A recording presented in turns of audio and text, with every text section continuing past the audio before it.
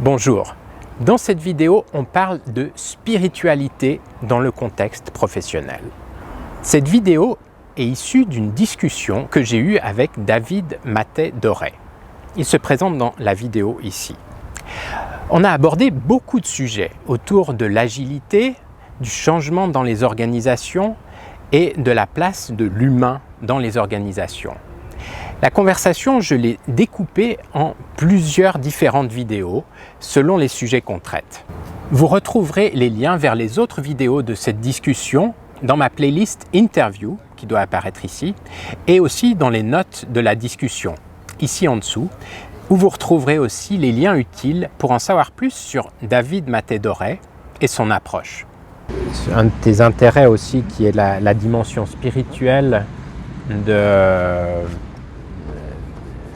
dans l'environnement professionnel. C'est ça que, ouais. Si je dis ça comme ça va. Ouais. Parce que moi j'ai cette cet intérêt pour la spiritualité, la recherche intérieure et tout ça. Et évidemment, le monde professionnel fait tellement partie de notre quotidien, de ce qu'on est. Ça prend une énorme partie de notre vie. Et puis, ce questionnement autour de l'humain dans l'organisation, ça c'est connecté pour moi à cette recherche d'évolution intérieure, recherche intérieure et spiritualité. Donc, est-ce que c'est quelque chose que tu amènes aussi dans les organisations, ou est-ce qu'il y a quand même un grand bond entre faire évoluer les personnes dans leurs fonctions, dans leurs intérêts professionnels et tout ça, faire évoluer une organisation, et puis cette dimension spirituelle en fait. Est-ce qu'il y a un grand bond entre les deux? Ouais. Donc c'est vrai que moi j'aime, donc plus sur mon activité indépendante de coach, j'aime bien utiliser les mots qui font peur. Donc moi je pose vraiment business et spiritualité pour vraiment être clair de quoi on parle. Il y a plein de gens qui font ça, qui utilisent surtout pas le mot spiritualité parce que justement dans le monde professionnel il fait peur et on pense qu'on va amener des choses ésotériques ou de la religion ou je ne sais quoi au sein d'une organisation, ce qui n'est vraiment pas le cas. Et donc, en fait, dès qu'on commence à se questionner sur le sens du travail, les valeurs qu'on veut amener en tant qu'organisation, qu'est-ce qu'on veut représenter, dès qu'on laisse de l'espace aux personnes pour prendre un moment pour elles-mêmes, pour se recentrer avant une réunion, ou simplement souffler un peu dans une journée, en fait cette dimension spirituelle, elle est là, de facto. Donc bien sûr, quand on fait des accompagnements dans les organisations, on ne veut pas faire peur et on ne dit pas on vous apporte plein de spiritualité au travail, mais en fait on crée des espaces par certaines pratiques où on peut vraiment discuter de ça. C'est vrai que dans notre culture occidentale, cette question de spiritualité est un interdit très fort dans le monde professionnel. Mais si on va dans d'autres régions du monde, je discutais récemment avec une personne en Suisse romande qui a fait beaucoup d'activités dans ce domaine, qui me disait il a organisé un énorme événement à l'université de Lausanne sur cette thématique-là, avec plein d'intervenants internationaux, etc. Ça a été un flop magistral. Et il a participé à d'autres événements en Asie, où justement tous les ateliers que lui animait sur les questions spirituelles au travail étaient bondés. Parce que dans la culture asiatique, la spiritualité fait partie de la vie à 100%. Et bien sûr, c'est présent au travail, quoi. Et ça pose aucun problème par rapport à ça. Donc en fait, c'est vraiment plus une question culturelle de comment on perçoit ce mot et quelles sont les choses qu'on met derrière. Alors qu'en fait, c'est présent en permanence.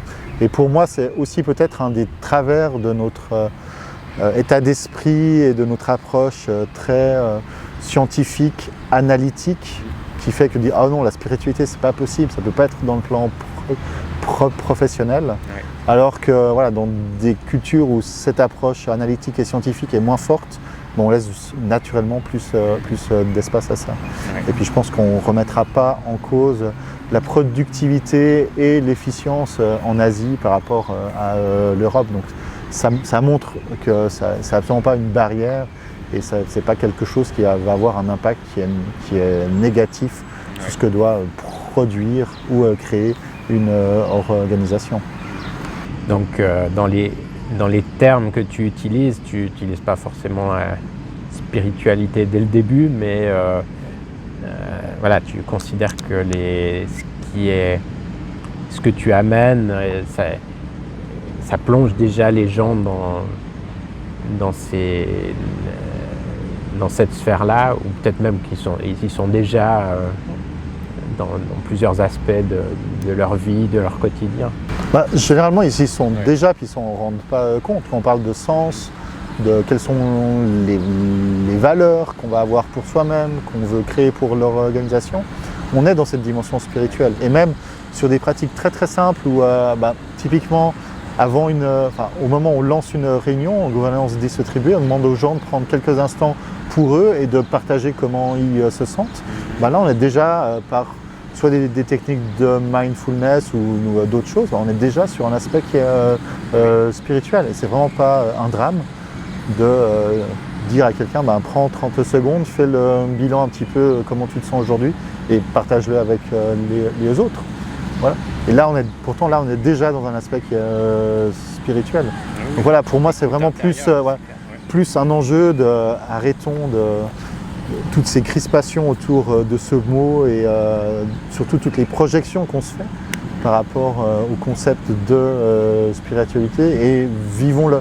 Ouais. Et quand on le vit, ça se passe très très bien et personne va faire des cérémonies à brûler de la sauge au milieu du bureau, quoi. Ouais, c'est vrai que ça peut parfois apparaître comme ça, si c'est amené brutalement, ça peut faire peur. Ouais. Et peut-être sur le plan personnel, moi j'étais un peu éveillé à ça justement dans mon ancienne fonction de directeur d'ONG. C'était une ONG qui travaillait avec les peuples autochtones du monde entier et eux vraiment qui les soutient quand ils viennent travailler aux Nations Unies. Et eux, ils ont vraiment cette pratique au début de chaque réunion. C'est un représentant de n'importe quel peuple qui commence toujours par une prière. C'est généralement dans une langue que personne d'autre que lui qu'on prend, mais c'est vraiment prendre un instant avant qu'on commence à travailler ensemble pour se recentrer de la manière que l'on souhaite sur soi-même, pour se recentrer sur qu'est-ce qu'on est venu faire ici, quelle est notre intention, qu'est-ce qu'on veut accomplir ensemble, et prendre un moment pour ça. Et au début, quand on se trouve dans ce contexte, on est mais qu'est-ce qu'ils sont en train de faire? On est dans une salle aux Nations Unies, il y a 25 ambassadeurs qui sont là, il y a le secrétaire général des Nations Unies qui est là pour les écouter, puis ils prennent 10 minutes pour faire une prière dans une langue que personne ne comprend. Et on se demande, mais qu'est-ce qu'ils font? Donc on est vraiment, surtout en tant qu'occidentaux, on est vraiment, mais qu'est-ce qui se passe ici? Et en fait, au-delà de aussi amener un pan de leur culture, de leur langue dans ces espaces-là, on s'aperçoit aussi en fait que ça a une fonction de renforcer tout le travail collectif et individuel qu'on fait. Donc ça a une pertinence qui est énorme, surtout dans un contexte très tendu comme des négociations internationales dans les Nations Unies. Donc moi c'est vraiment par cette porte que j'ai découvert.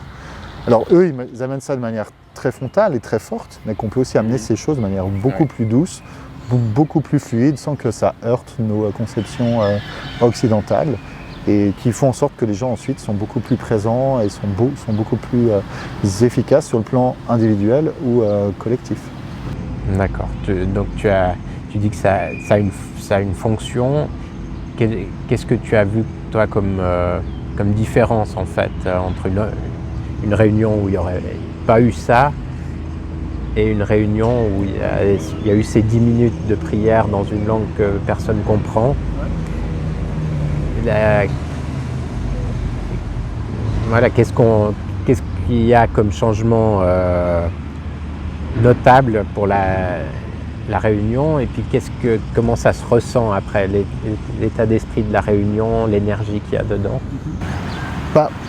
Pour moi, dès qu'on se donne la liberté de prendre un petit moment pour se retourner vers soi, pour faire l'état dans lequel on se trouve, éventuellement le partager avec les autres personnes qui sont là, c'est se donner une respiration pour soi-même, ce qui nous permet de ne pas être dans son fonctionnement automatique, de ne pas être obnubilé par le résultat qu'on veut absolument avoir ou pour la chose qu'on veut absolument apporter dans cette réunion.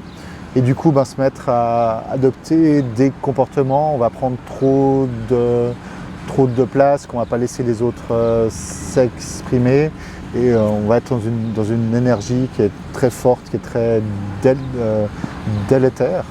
Donc pour moi, ces pratiques-là, ça permet de favoriser le fait de laisser une place à tout le monde, et en procédant ainsi aussi de laisser une place à une créativité, à des solutions qui ne sont pas forcément très évidentes, également à faire en sorte qu'on ne soit pas justement dans ces fonctionnements automatiques, face à ce problème on réagit forcément comme ça, ou face à ce défi il faut absolument qu'on réponde comme ça, mais aussi laisser une place à des apports qui sont différents, parce que simplement on laisse un moment à son esprit pour se poser et laisser de la place à d'autres choses.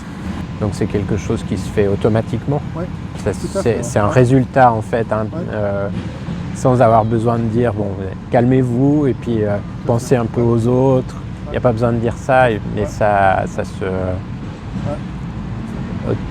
D'une certaine manière, notre être intérieur se remet à l'aise un petit peu et puis se relaxe, c'est ça? Moi, j'utilise souvent le principe de diffusion qui existe en psychologie. C'est que dès qu'on a la capacité d'identifier un mécanisme psychologique qui se met en place dans une certaine situation, on a la capacité de prendre du recul dessus et donc d'agir différemment. Donc dès qu'on arrive à être conscient de ce qui se trame en soi dans telle ou telle situation, on se donne automatiquement la capacité d'agir différemment, si on trouve que ce n'est pas le meilleur moyen peut-être pour arriver au résultat qu'on souhaite. Donc voilà, simplement prendre un temps pour soi, ça permet déjà d'être dans cette dynamique-là et donc d'agir différemment et donc d'interagir avec les autres de manière différente et donc d'avoir des résultats différents de ce qu'on obtient toujours en général. Ouais, mais il y a une petite différence en fait, dans le sens que de faire une prière comme ça qui est imposée par des peuples autochtones, et puis d'en avoir les bénéfices après, mais sans savoir ce qui se passe, vraiment. Il y a une différence avec le fait de prendre un moment pour soi ou de prendre conscience du mécanisme dans lequel on est. Donc ça, c'est une autre étape encore, d'avoir ce questionnement, d'aller à la recherche d'un ressenti, et puis de se dire, ah oui, là je sens ça, et puis de prendre la distance nécessaire pour pouvoir faire autrement en fait. Après, c'est clair qu'il y a des outils, des pratiques qui permettent de renforcer ça. Mais voilà, le premier pas sur le chemin, c'est en effet au début d'être forcé, de se lever, de fermer les yeux, de se taire, de ne pas être sur son téléphone, son ordinateur ou dans ses feuilles, pendant qu'il y a ce moment d'introspection. Et même aussi avec un journaliste avec lequel je travaille assez souvent, lui il a une pratique qui est au début d'un interview, il propose toujours à la personne, avant qu'on se lance dans l'interview, on va prendre 1 minute de silence. Ouais, ça c'est voilà. Et voilà, il n'y a pas d'autres instructions. Alors après, à partir avec moi, il y a des gens qui prennent vraiment 1 minute pour eux, qui ferment les yeux, etc. Qui sans doute mettent en place des pratiques de mindfulness ou de méditation autres. Bref, ils font ce qu'ils veulent. Il y en a d'autres qui se demandent ce qui se passe, prennent leur téléphone et répondent à leur mail. Ouais. Mais voilà, on donne l'occasion aux personnes de pouvoir être là dedans. Puis peut-être les 15, 20 premières fois, il ne se passe rien. Puis à la 21e, il va se passer quelque chose. Ouais. Donc c'est aussi pour ça que ces pratiques spirituelles, c'est important de les de faire en sorte vraiment qu'elles prennent place de manière très régulière pour laisser l'opportunité à chaque individu de saisir ce qu'elle pourrait amener ou pas. Ouais. Et il y a des gens qui les saisissent, puis il y en a d'autres pas, et puis c'est tout à fait ok, mais pouvoir laisser un espace à ça, c'est une des choses qui est la plus importante de mon point de vue sur le plan professionnel. Si vous avez une question à nous poser, à David ou à moi, suite à cette discussion, eh bien, notez-la dans les commentaires et on se fera un plaisir d'y répondre. Merci beaucoup d'avoir regardé cette vidéo. Likez-la, partagez-la et abonnez-vous à ma chaîne YouTube. J'ai beaucoup de plaisir à réaliser ces vidéos et chaque nouvel abonné, c'est un réel encouragement pour moi. Merci. Passez une très bonne journée. À très bientôt.